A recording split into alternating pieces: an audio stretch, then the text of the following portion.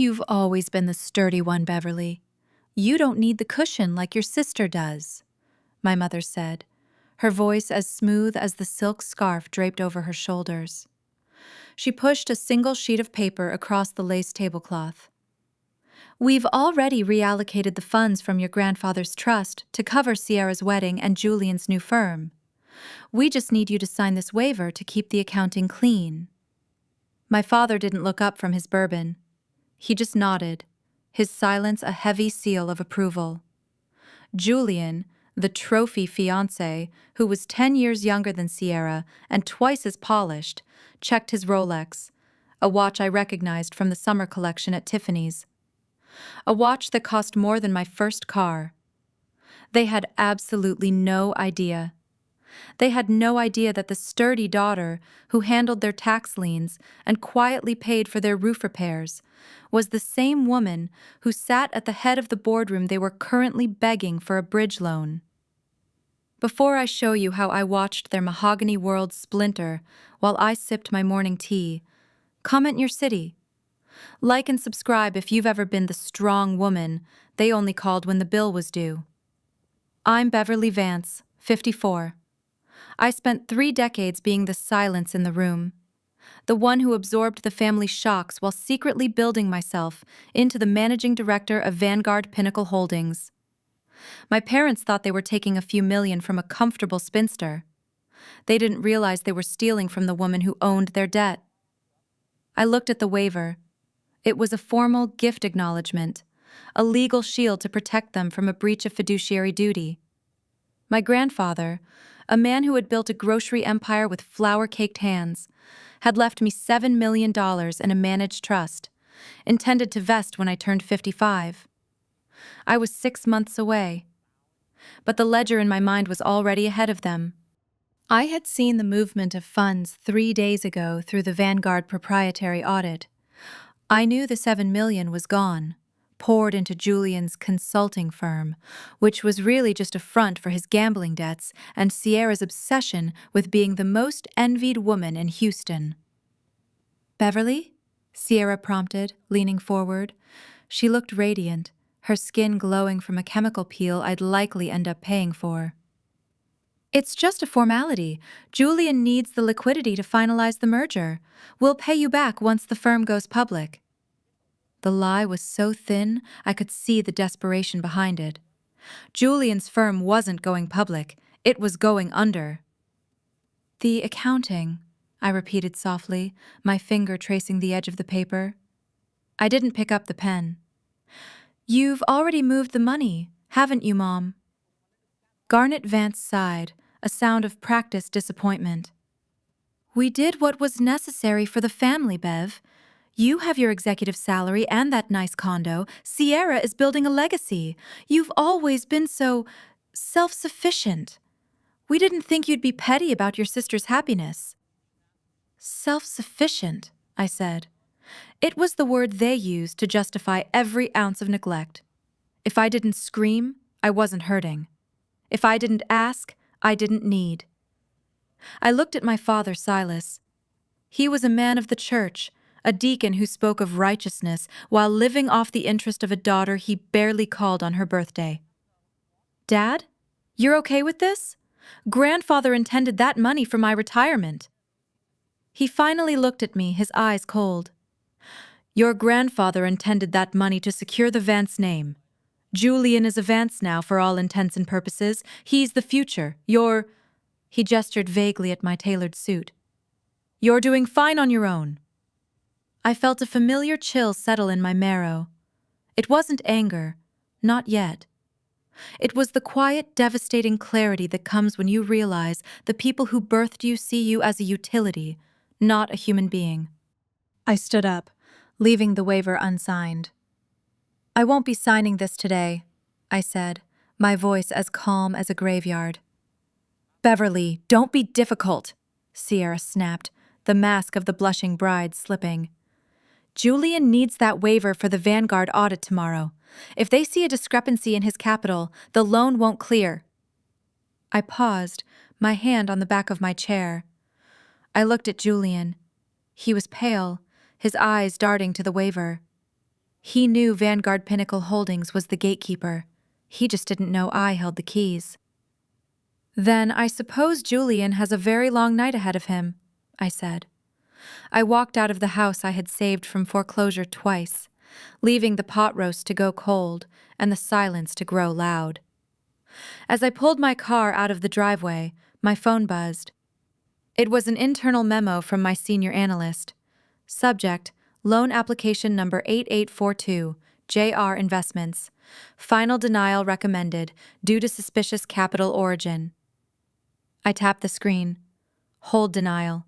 I will handle this one personally in the morning. The drive back to River Oaks was a blur of taillights and the low velvet hum of Anita Baker on the radio. I kept my hands at 10 and 2, the leather of the steering wheel cool against my palms.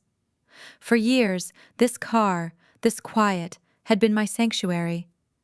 But tonight, the silence felt heavy, like the air before a summer storm in the Gulf. I thought about my grandfather, Silas Sr. He was a man who smelled of cedarwood and hard work. He was the only one who ever looked at me, truly looked at me, and saw more than a set of shoulders to lean on. "Bev," he'd whispered toward the end, his hand trembling in mine. "The others, they look at the world and see what they can take. You look at the world and see what needs to be held together. Don't let them hold you until you break." I hadn't understood him then. I was 30, working 80-hour weeks to climb the ladder at Vanguard, while also coordinating my parents' 30th anniversary gala and paying off Sierra's first divorce settlement. I thought being indispensable was the same thing as being loved. I pulled into my driveway, the motion sensor lights illuminating a house that was a masterpiece of glass and steel. It was a house built by a woman who knew the value of a dollar because she had accounted for every cent since she was 16. I walked inside, the heels of my pumps clicking on the marble floor. I didn't turn on the lights. I didn't need to. I knew every corner of this solitude. I went straight to my home office and opened my laptop. The glow of the screen felt like a cold interrogation. I bypassed the standard employee portal and entered my private MD credentials. I needed to see the paper trail. My parents weren't sophisticated enough to move $7 million through a shielded trust without help. They were church folk and retired educators. They knew how to balance a checkbook, not how to circumvent a fiduciary lock. As I scrolled through the digital ledgers of the Vance Family Trust, my breath hitched. It wasn't just a withdrawal. The $7 million hadn't been moved to Sierra's wedding or Julian's firm in a simple transfer. It had been used as collateral for a high-interest private bridge loan. And the lender wasn't a bank. It was a subsidiary of a firm Julian managed, a shell company called Apex Legacy. My parents hadn't just stolen my inheritance, they had pledged it.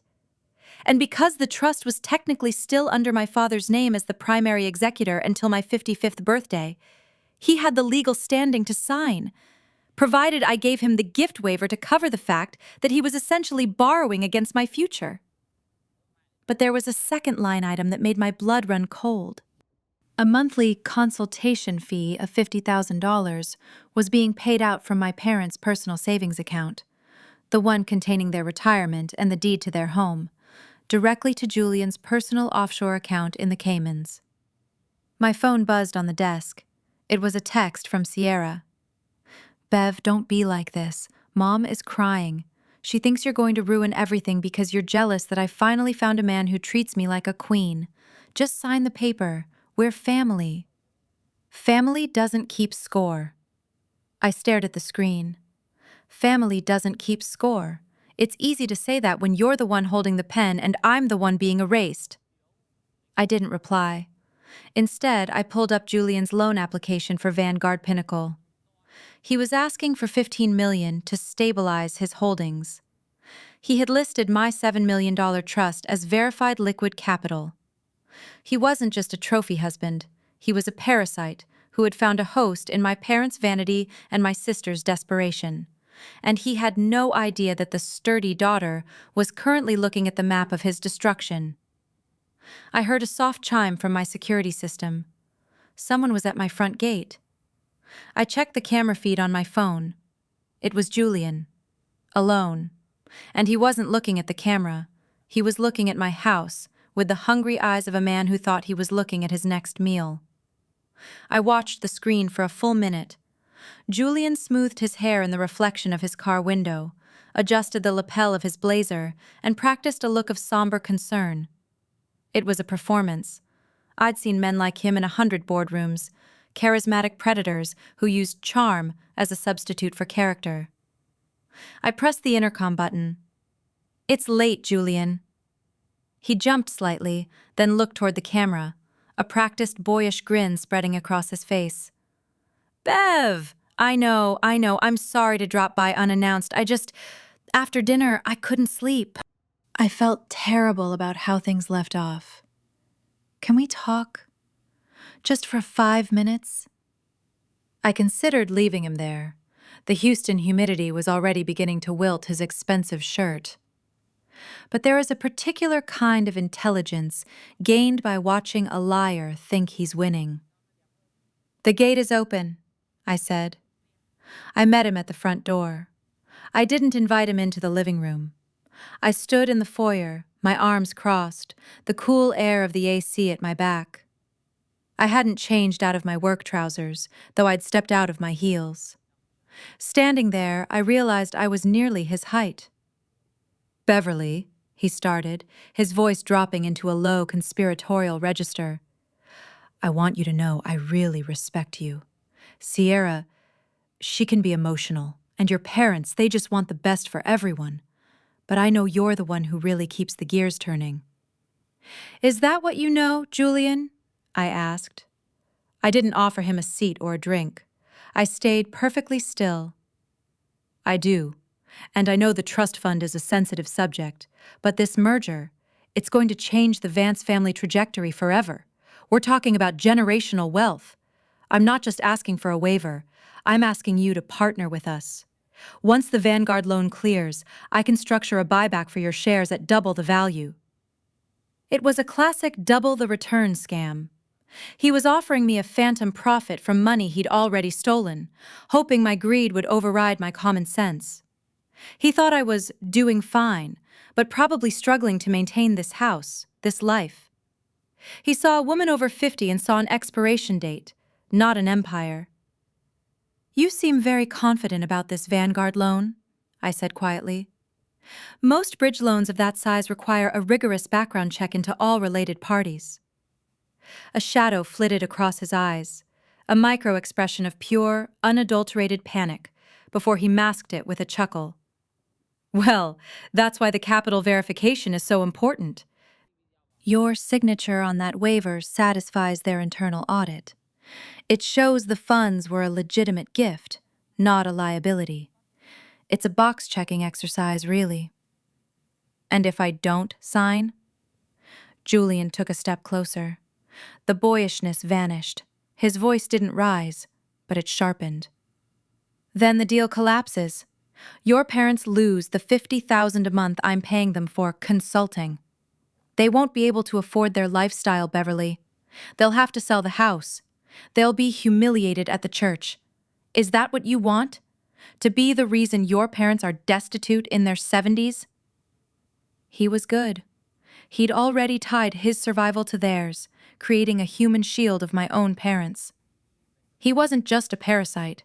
He was a hostage-taker.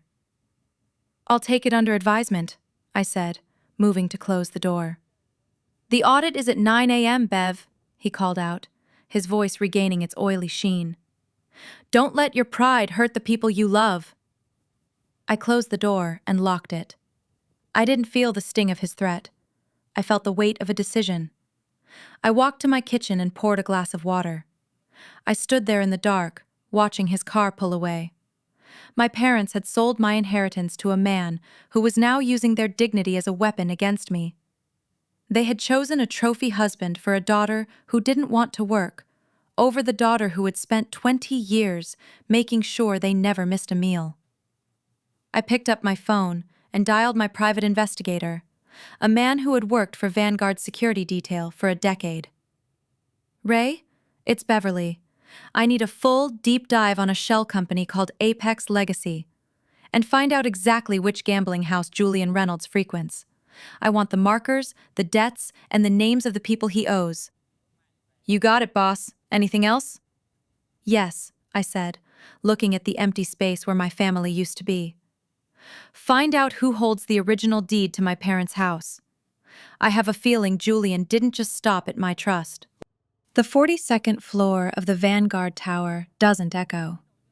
The carpets are too thick, the acoustic glass too heavy, and the stakes too high for loud noises.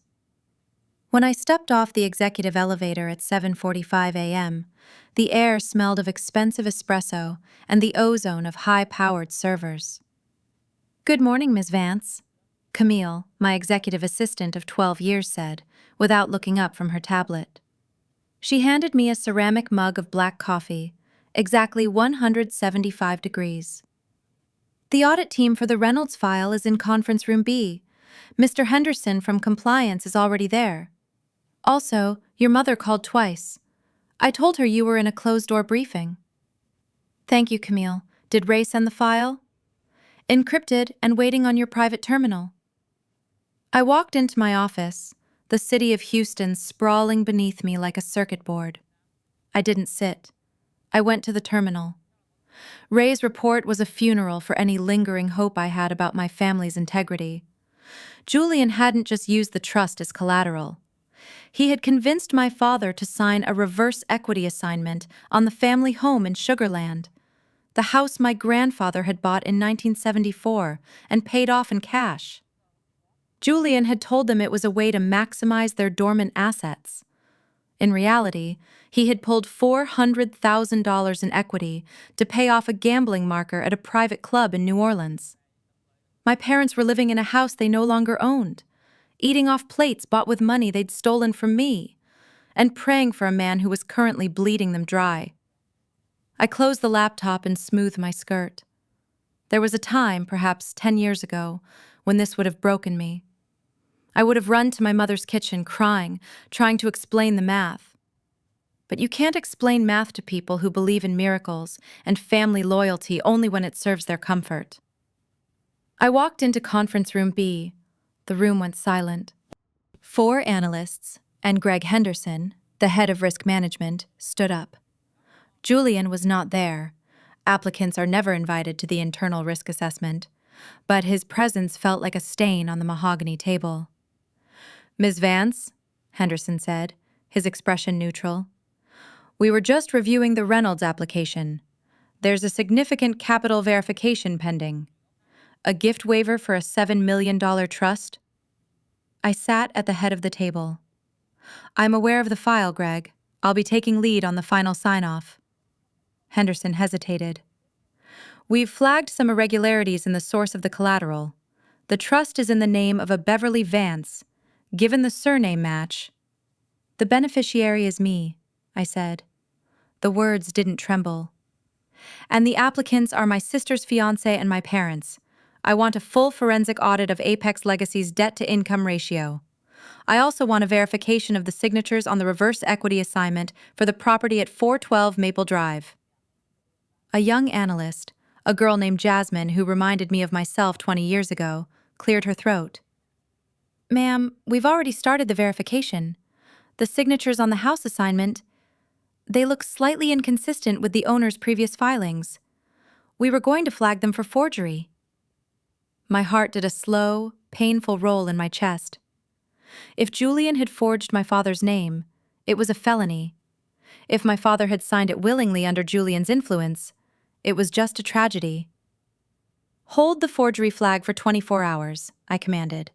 "Prepare the formal denial for the $15 million loan. Reason, insufficient unencumbered capital and character risk." "Character risk?" Henderson asked. "That's a heavy tag, Beverly." "It's an honest one," I replied. I left the room before they could see the sturdy daughter finally starting to crack. I retreated to my office and dialed my mother. "Beverly, finally!" she snapped as soon as she picked up. The jeweler is here with Sierra's bridesmaids' gifts, and your father's card was declined. It's an embarrassment. I need you to call the bank and fix it. And did you sign that waiver yet? Julian is frantic. Mom, I said, my voice hovering just above a whisper. Did you sign a paper for Julian about the house? There was a long, sharp silence on the other end. It was just a small investment, Bev, she said, her voice suddenly small. Julian said it would make us partners. Why are you always looking for the bad in people? I'm not looking for it, Mom, I said, watching a hawk circle the skyscraper across the street. I'm the one who has to clean it up when it finds you. I hung up. I didn't wait for her to justify it. I looked at the denial letter on my screen. All I had to do was click send, and Julian's world would end. But if I did it now, my parents would go down with him. I needed to separate the host from the parasite. I didn't call Sierra. I didn't call my father. I sent a single, formal calendar invite to Julian Reynolds' professional email address. Meeting request: Vanguard Pinnacle Holdings Capital Verification Review, 2 p.m. I didn't use my personal phone. I used the corporate server. I wanted him to see the Vanguard.com suffix. I wanted him to feel the weight of the institution before he felt the weight of my presence. At 1:45 p.m., I stood by the floor-to-ceiling windows of my office, watching the tiny, beetle-like cars crawl along I-10. I was wearing a charcoal gray suit, the fabric so fine it felt like a second skin. My hair was pulled back into a low, sharp bun.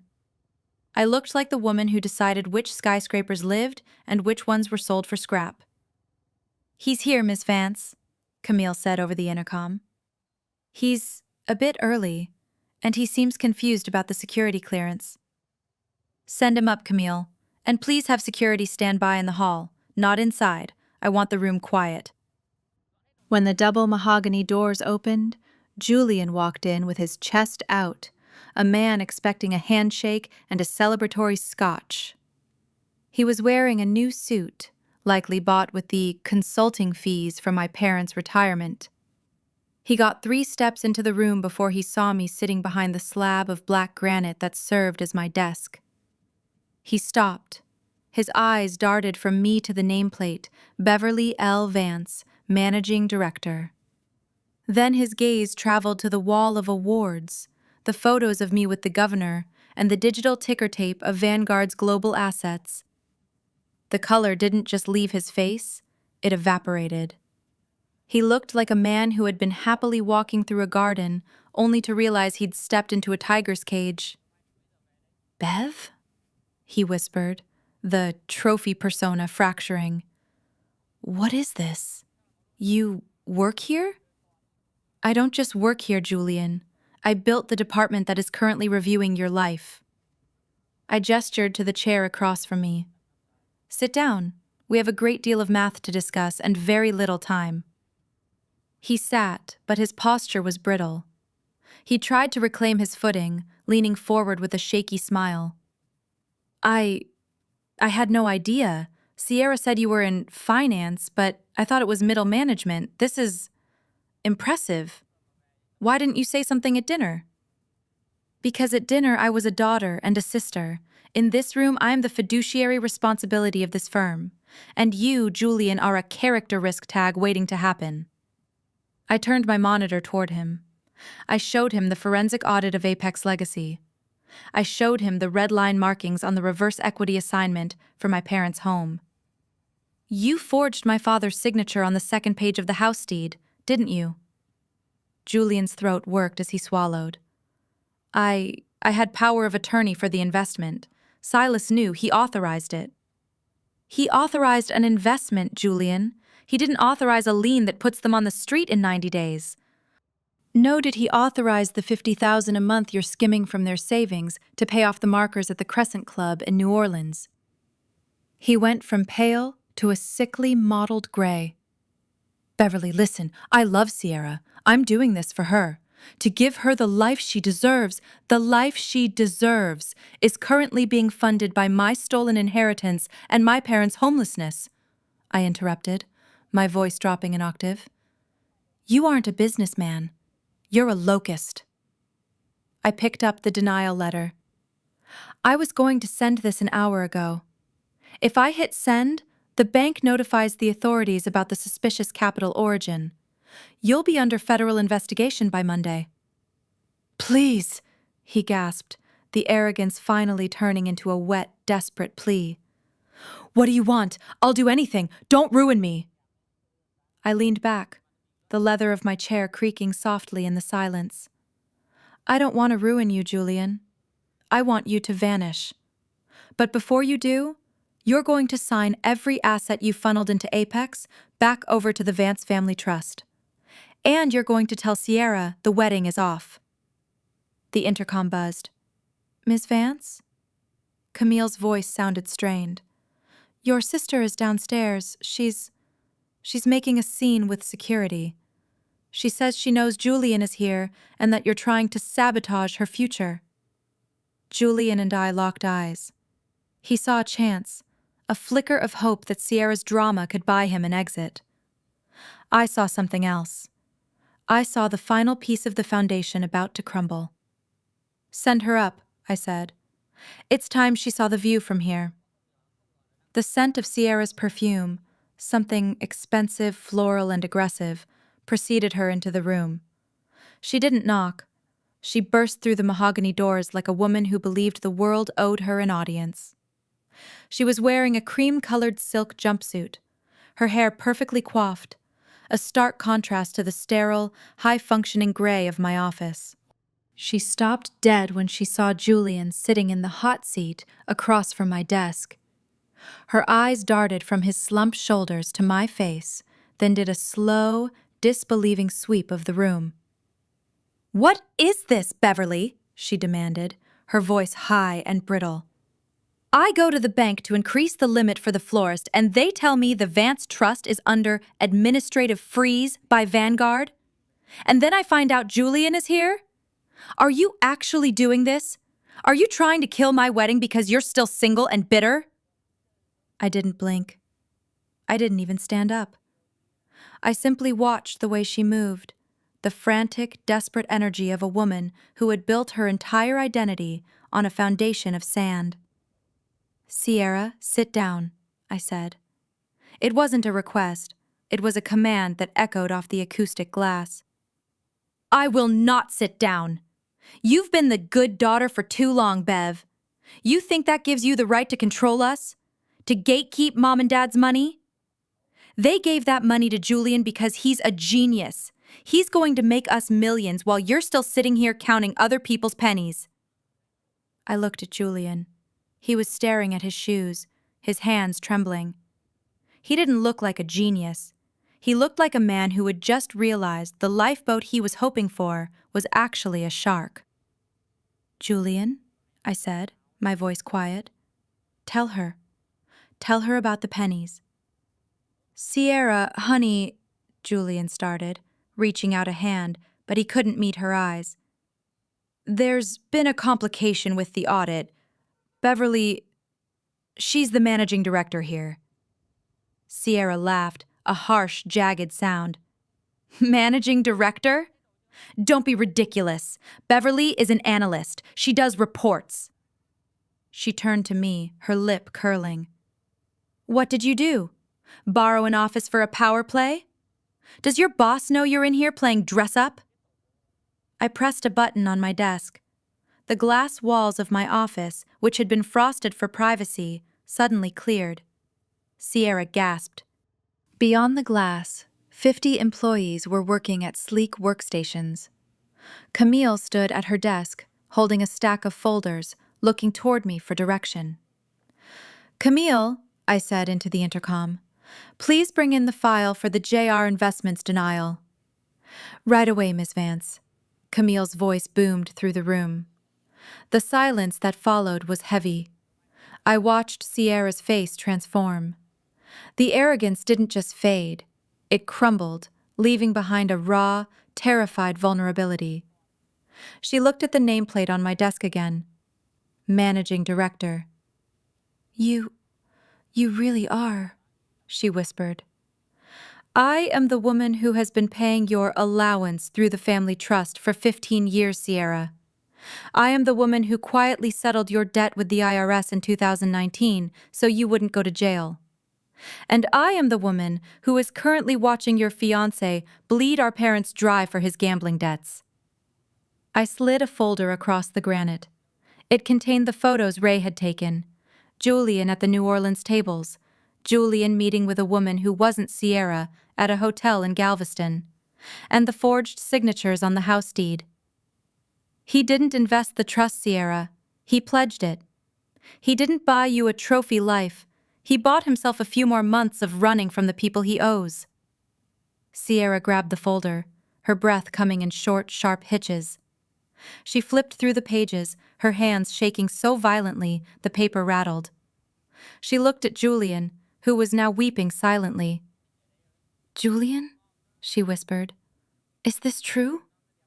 He didn't answer. He just buried his face in his hands. "The wedding is off, Sierra," I said, standing up. The movement was slow, deliberate. "And the house in Sugar Land is being transitioned back into my name to protect it from his creditors. But there is one more thing you need to know."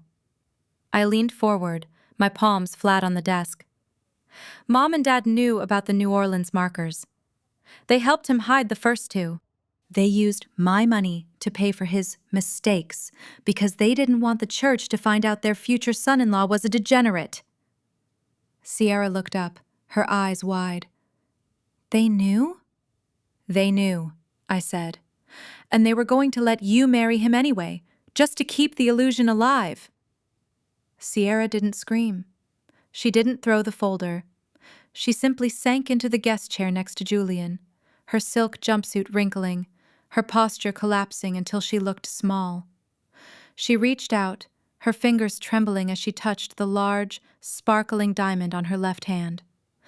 It was a beautiful stone, flawless, 3 carats. I knew the invoice. I was the one who had technically paid for it when Julian intercepted the quarterly dividend from the trust. "It's glass, isn't it?" she asked, her voice hollow. "The diamond is real, Sierra," I said, sitting back down. "But the sentiment behind it was a loan he never intended to pay back. He bought your loyalty with our grandfather's sweat." Julian looked up then, his eyes red and rimmed with a desperate, cornered heat. "I was going to make it right, Bev. If the Vanguard loan had just cleared, I would have put every cent back. I just needed time." "Time is the one thing a gambler never has enough of," I replied. I pulled a stack of legal documents from my desk drawer. I'd had them drafted by the firm's top estate attorneys at 4 a.m. "Sign these. All of them. You're transferring your interest in Apex Legacy to me. You're resigning from every board seat you've occupied using the Vance name. And you're signing a non-disclosure agreement regarding Vanguard's internal operations." Julian stared at the pen I placed on the desk. "And if I sign the federal authorities?" "If you sign, and if you are gone from Houston by midnight, I will categorize the discrepancy as a private settlement within the family trust. I won't report the forgery, provided you never contact my parents or my sister again. You'll be broke, Julian, but you'll be free." It was a cold mercy. He grabbed the pen with a frantic, scratching energy, signing his life away in a matter of seconds. When he finished, he didn't look at Sierra. He didn't offer an apology. He stood up, clutched his briefcase, and walked out of the room without looking back. The silence he left behind was louder than any argument we'd ever had. Sierra sat staring at the empty doorway. Then slowly, she twisted the ring off her finger. She placed it on my granite desk. It made a tiny, sharp clink. "What am I supposed to tell them, Bev?" she whispered. "The invitations went out yesterday. The church is booked. Mom has already bought her dress." "You tell them the truth," I said. "Or you let me do it." "They'll hate you for this," she said, finally looking at me. There was no anger in her eyes, only a terrible, weary realization. "They won't see the theft. They'll only see the ruined wedding. They'll blame you for breaking the family. I've been the one holding the family together while they threw stones at the foundation, I said. It's time they learned what happens when the foundation walks away. I stood up and walked around the desk. For the first time in 20 years, I reached out and put a hand on my sister's shoulder. She didn't pull away. She leaned into me, a quiet sob shaking her frame. Go home, Sierra. Pack a bag. Go to the condo in Galveston, the one in my name. Stay there for a week. Don't answer their calls. Where are you going? I looked at the clock. It was 4:30 p.m. The Sunday dinner they'd invited me to, the one where they expected me to hand over the signed waiver, was in 2 hours. I'm going to Sugarland, I said.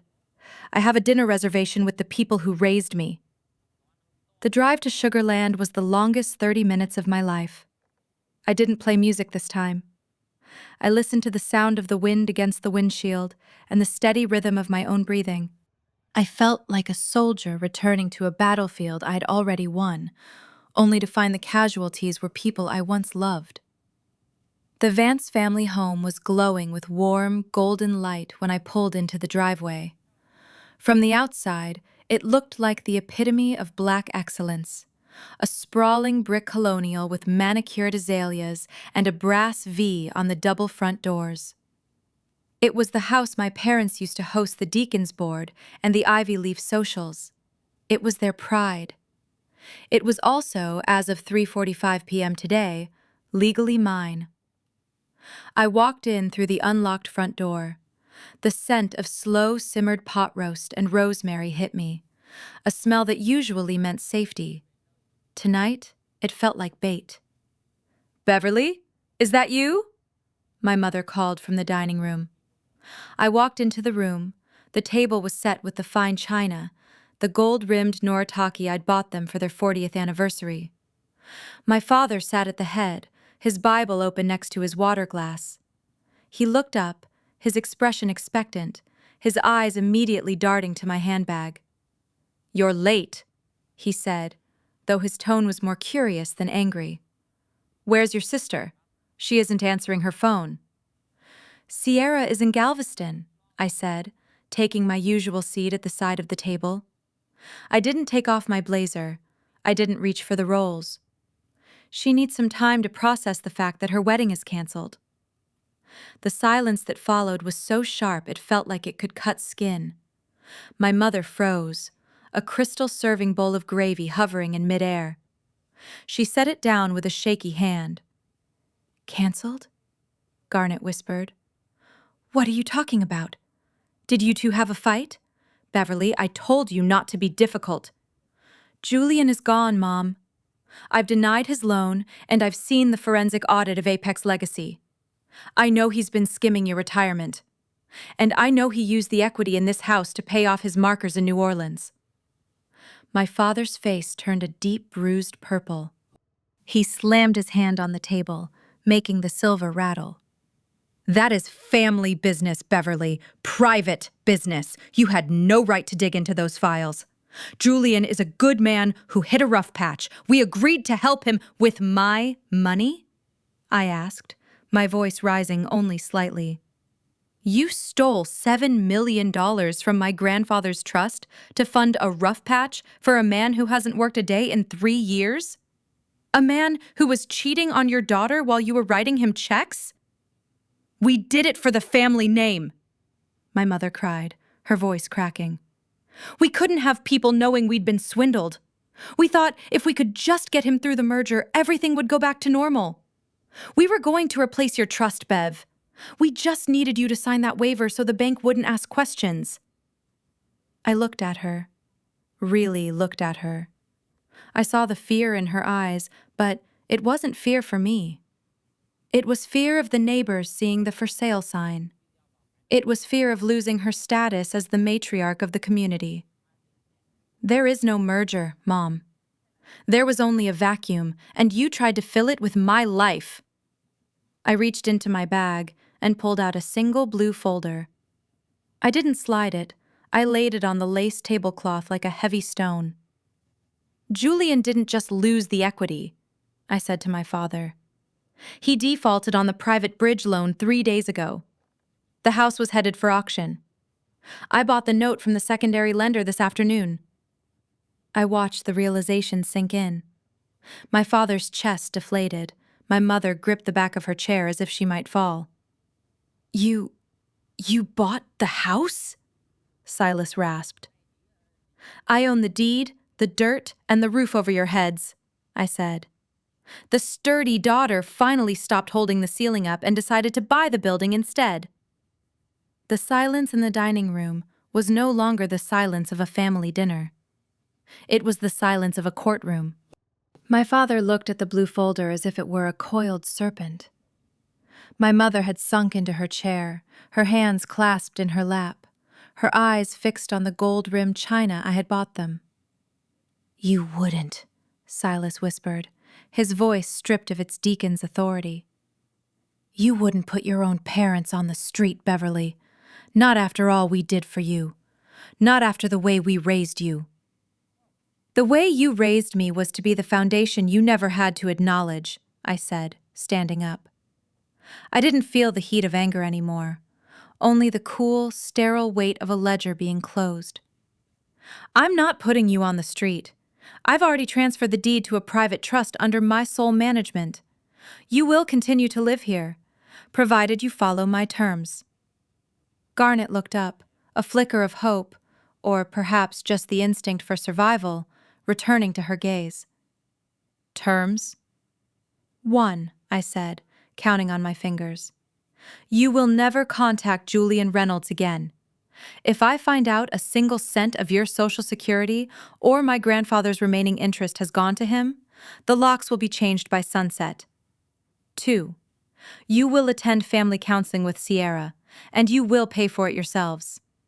And 3, I paused, looking at the room, the heavy curtains, the portraits of a family that existed only in the frame. You will stop calling me the sturdy one. You will stop calling me when the roof leaks or the taxes are due. From now on, you are my tenants. I am your landlord. We will interact with the professional courtesy that relationship requires. Beverly Lynn, my father started, his face hardening again. You cannot talk to us this way. We are your parents.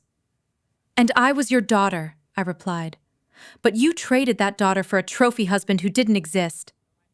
You spent my peace to buy your pride. Now you'll have to live with the cost of the transaction. I walked to the sideboard and picked up my handbag. I didn't look at the pot roast.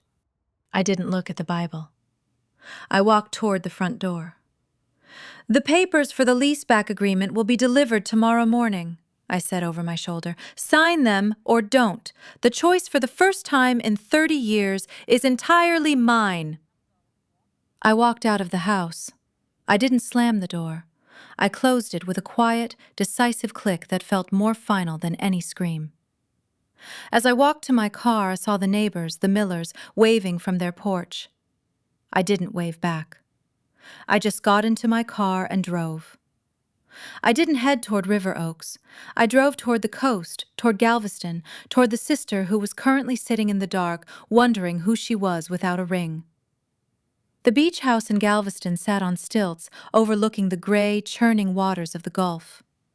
It was 11:30 p.m. when I climbed the wooden stairs. I found Sierra on the deck, wrapped in a thick wool blanket, watching the tide pull the world away and bring it back again. She didn't ask what happened. She just looked at my face and moved her feet so I could sit on the bench beside her. I took off my blazer, the salt air chilling the silk of my blouse. They're staying in the house, I said. They don't deserve you, Bev, she whispered. Maybe not, but I'm not doing it for them anymore. I'm doing it for the woman I used to be, the one who thought she had to earn her seat at the table. I own the table now, Sierra. I don't need to earn a seat I built. We sat in silence for a long time. The weight I had carried since I was a little girl, the weight of being the pillar, the secret keeper, the fixer, didn't just disappear. It transformed. It became something I chose to carry, rather than something I was forced to hold. The next morning I woke up before the sun. I went into the small, modern kitchen and put on a pot of coffee. I stood at the counter watching the first light of Tuesday morning touch the waves. My phone buzzed on the counter. It was an automated notification from the Vanguard system. Daily liquidity report. All assets secured. Trust recovery initiated. Reynolds file closed.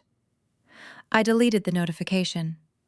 I spent the morning doing something I hadn't done in years. I didn't check the markets. I didn't call Camille. I took a pair of shears from the kitchen drawer and went out to the small garden bed I'd planted the year before. I pruned the dead leaves from the hibiscus. I watered the jasmine. I listened to the sound of the water. Sierra came out an hour later, her face pale but her eyes clear. She was wearing one of my old college sweatshirts. She looked like a woman who had just survived a wreck, but she was standing on her own. "What are we going to do today?" she asked. I looked at the garden, then at the horizon where the blue of the sky met the blue of the water. There were no more fires to put out, no more debts to hide, no more lies to polish. "I think," I said, handing her a cup of coffee, "that I'm going to sit here and watch the sun come up. And then I might go for a walk. After that, I haven't decided yet." "That sounds quiet," Sierra said. "It is," I replied, feeling the warmth of the mug against my palms. "It's very quiet." I sat back in the Adirondack chair, the wood weathered and silvered by the sea. For 54 years, I had been the backbone of a family that never learned how to stand on its own. Now the burden was gone. I wasn't the foundation. I wasn't the secret. I was just Beverly. I closed my eyes and let the warmth of the sun hit my face. The house in Sugarland was still there. The boardroom was still waiting. But for the first time in my life, I wasn't in a hurry to get there. I was finally home.